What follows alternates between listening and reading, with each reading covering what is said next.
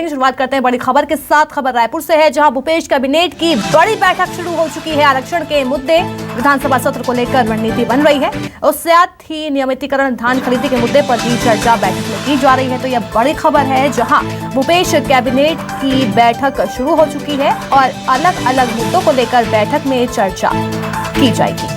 तो आरक्षण के मुद्दे को लेकर चर्चा की जाएगी, साथ ही विधानसभा सत्र को लेकर भी रणनीति जो है इस बड़ी बैठक में बनाई जाएगी और साथ ही नियमितीकरण, धान खरीदी के मुद्दे पर भी बैठक में चर्चा की जा रही है। तो ये बड़ी खबर है रायपुर से, जहां भूपेश कैबिनेट की बैठक शुरू हो चुकी है और अलग अलग मुद्दों को लेकर बैठक में चर्चा की जा रही है। आरक्षण के मुद्दे को लेकर भी चर्चा की जा रही है, साथ ही विधानसभा सत्र को लेकर भी रणनीति जो है वो कैबिनेट की बैठक में बनाई जाएगी और नियमितीकरण, धान खरीदी के मुद्दे पर भी चर्चा इस बैठक में की जा रही है। तो ये बड़ी खबर है रायपुर से, जहां भूपेश कैबिनेट की बैठक शुरू हो चुकी है। अब से कुछ ही देर पहले बैठक शुरू हुई थी। तो आरक्षण के मुद्दे को लेकर बैठक में चर्चा की जा रही है और साथ ही विधानसभा सत्र को लेकर भी चर्चा की जाएगी।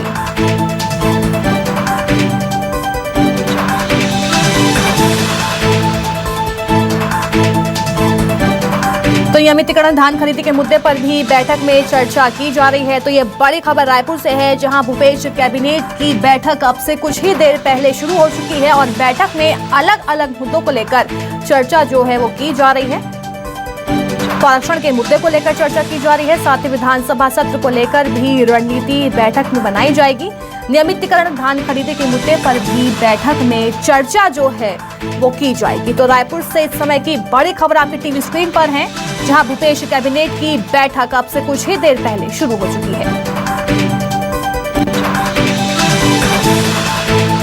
रायपुर से मेरे सहयोगी वैभव शिव पांडे हमारे साथ जुड़ गए हैं। वैभव जी, भूपेश कैबिनेट की बैठक शुरू हो चुकी है, क्या कुछ अपडेट?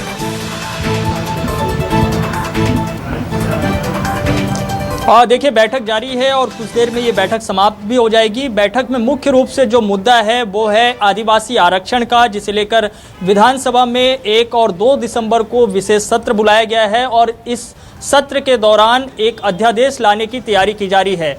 तो उस सत्र में क्या क्या चीज़ें होंगी, कैसे मंत्रियों को जवाब देना है, चूँकि ये मुद्दा इन दिनों बहुत ज़्यादा गरमाया हुआ है और विपक्ष बहुत हमलावर है।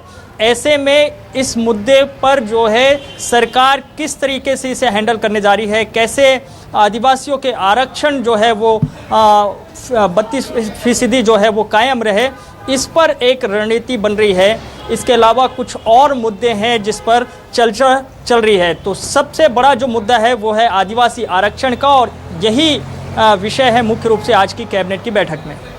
जी बिल्कुल, अब से कुछ ही देर बाद बैठक खत्म हो जाएगी, लेकिन आदिवासी आरक्षण को लेकर अब सियासत भी देखी जा रही है। इससे पहले मंत्री कवासी लखमा ने भी बड़ा बयान दिया है कि अगर आदिवासी आरक्षण के हित में फैसला नहीं आता है तो वो राजनीति से अपने आप को अलग कर लेंगे।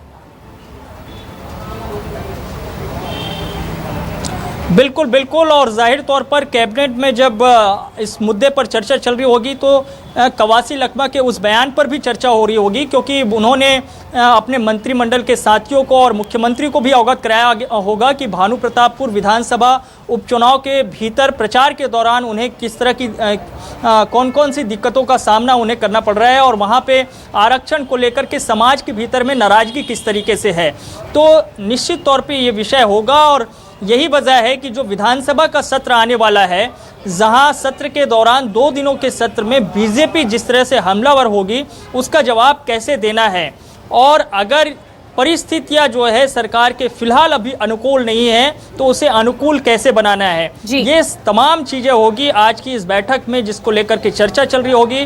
बैठक के समाप्ति के बाद जब मंत्रिपरिषद के सदस्य जो है पत्रकारों के सामने आएंगे तब जाके वो स्पष्ट कर पाएंगे कि विधानसभा सत्र में जो है किस तरह से इस बात को रखा जाएगा कि आदिवासियों का आरक्षण जो है वो समाप्त ना हो और सरकार इसके लिए प्रतिबद्ध है। जी, अलग अलग मुद्दों को लेकर बैठक में जो है चर्चा की जा रही है। बहुत बहुत शुक्रिया आपका हमें तमाम जानकारी देने के लिए।